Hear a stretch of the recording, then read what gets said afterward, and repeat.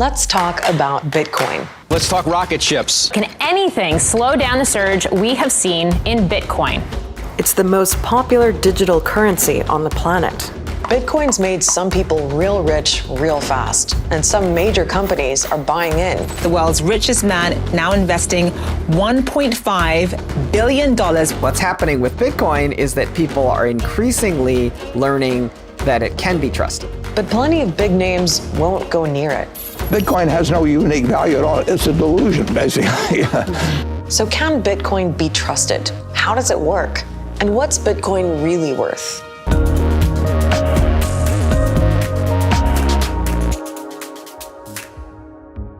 There are thousands of cryptocurrencies out there, but the one most people are talking about is Bitcoin. It's a digital currency, but instead of dollars and cents, it's Bitcoins and Satoshis. And one Bitcoin is worth 100 million Satoshis. But unlike the dollar, euro, or yen, this currency isn't controlled by a government. That's what makes Bitcoin revolutionary, and to some people, a bit scary. It used to be simple. Countries would peg their currencies to the gold stashed in their central bank. But currencies are now just paper, metal, or a number in your bank account, and its value is guaranteed by a government. It's why we trust it. We also trust the banking system to move our money, especially online. So when person A sends $100 to person B, the banks make sure that amount is subtracted from one account and added to the other. And banks update their ledgers to make sure people aren't spending money they no longer have. And of course, banks charge fees for all that work to verify transactions. So what if there was a way to cut out the banks? Well, that was the original thinking behind Bitcoin. The idea was posted online in 2008, describing a peer-to-peer version of electronic cash that you can send from one party to another without going through a financial institution. Its creator or creators used the name Satoshi Nakamoto. Nobody actually, to this day, is able to say who this creator was. What we do know is that the Bitcoin white paper was published about 1 month after the big crash of the 2008 financial system. It was an historic day with Wall Street shaken to its very foundation today. The losses staggering, the fear climbing. It was a wake-up call, exposing risky banking practices. Many people lost everything, including their faith in the financial system.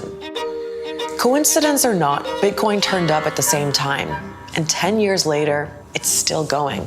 So Bitcoin is not controlled by a government, it's not a bank or a company. Instead, it's open source software that runs itself, or more accurately, is run by lots of people. Here's how. So first up, it's called a cryptocurrency because Bitcoin uses encryption to keep it secure. And instead of bank accounts, people trading Bitcoin have two keys. One's private and one is public. They're not actual keys, but bits of encrypted code that fit together. If person A needs to get Bitcoin to person B, they send it to B's public key. Think of it like the number on an ATM card. Person A uses their private key to encrypt the transaction, and person B uses their private key to decrypt it and get their Bitcoin. Those private keys are like the PIN to the ATM card. Now, instead of a bank verifying that transaction, it's done by a huge network of computers around the world, and they all have identical copies of Bitcoin's ledger. It's a record of every transaction ever made that's constantly being updated. So if there's any kind of fraud, the whole network knows about it. That decentralized ledger is called blockchain. Bitcoin transactions are bundled into blocks and linked together, and each block contains a bit of code from the previous one, creating a chronology that's supposed to be impossible to mess with. All the participants in the Bitcoin network are agreeing that these transactions are what they are, and there's group witnessing of the transactions. So who are these witnesses? Well, they're actual people called miners with powerful computers. This is my mining farm at my apartment. Down here is a 6 GPU RX 570 mining rig. Miners used to do it all on their own. Some still do. But Bitcoin's grown, and now it takes so much more computing power and much more energy. So miners often band together in what are called pools. Some of them build huge warehouses of servers called farms. The big ones are in China, Russia, but also places like Iceland, where it's just easier to cool those servers. There's a lot of maintenance involved. There's a lot of technical know-how involved. There's also a lot of energy involved.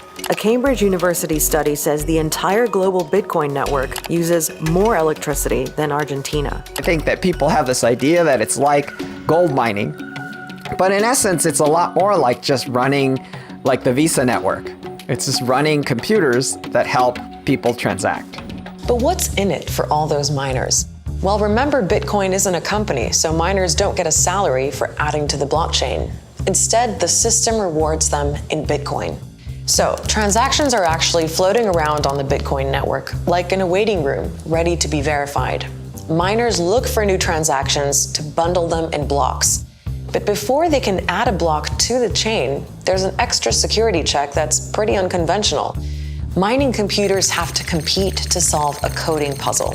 If a miner solves that puzzle first, the block and all the transactions inside it are added to the blockchain. And that miner is rewarded with some Bitcoin. Literally, any way you slice it, it's profitable. Another appeal among crypto fans is this idea that Bitcoin is seen as a hedge against inflation. Other currencies suffer when, for example, more money is printed, diluting the pool and weakening its value. Bitcoin gets around the inflation problem by capping its supply at 21 million Bitcoins. At the moment, roughly 17 million Bitcoins are already in circulation, but there are a few million missing because some people have lost their private keys. So how does all the remaining Bitcoin keep its value? Well, the system slows that supply down. One way is by cutting the mining rewards in half every 4 years. In 2009, the reward was 50 Bitcoins for every block of transactions added to the blockchain. 4 years later, it was 25, and so on. In other words, it's basic supply and demand. Bitcoin's supply is capped while demand grows, for now at least. So more people are coming around to the idea that Bitcoin could rival gold eventually. But so far, Bitcoin's value against other currencies has been far from stable. It's gone up and down like crazy. Bitcoin plunging nearly 14%. Bitcoin is back up about 10% after a volatile weekend. The volatility is reflective of lots of speculative investment. So I think that speculative investment is sort of thinking about Bitcoin as sort of a get-rich-quick scheme. One of the big runs was when PayPal said it would allow users to buy, hold, and sell Bitcoin. Others followed suit, including Tesla, owned by Elon Musk, which said it would start accepting Bitcoin as payment too. It has not become mainstream, but it is in the process of becoming mainstream. But is it? Not everyone gets it or believes in it. Yes, companies like Microsoft, PayPal, and MasterCard accept Bitcoin. You can use Bitcoin to buy gift cards at Nike or Starbucks, but its use is limited. And while crypto enthusiasts think Bitcoin's value is going to climb even higher, maybe even to the point where one Bitcoin is worth a few $100,000, others say it's just a bubble. The only thing is a speculative, self-fulfilling kind of rise, and that rise is driven totally by manipulation. There are other concerns with Bitcoin too. If something goes wrong, you forget or lose your private key, for example, there's no customer service to call. Another issue is Bitcoin being misused. Criminals like it because it's anonymous. The 30-year-old is accused of running a money laundering syndicate, converting almost $5.5 million of cash into Bitcoin. So regulators are already looking into it. Cryptocurrencies are of particular concern. We really need to examine ways in which we can curtail their use and make sure that anti-money laundering doesn't occur through those channels. In the grand scheme of things, Bitcoin is still a pretty new concept. Some people are willing to take a big financial risk to chase a potential fortune. Others think there's no way a piece of code is worth tens of thousands of dollars. It boils down to trust. Like any currency, for Bitcoin to work, enough people have to buy into it. There's obviously a lot more to Bitcoin and cryptocurrencies, plenty of stuff that we didn't have time to get into. Let us know if you'd like another episode on it. I'll see you next week.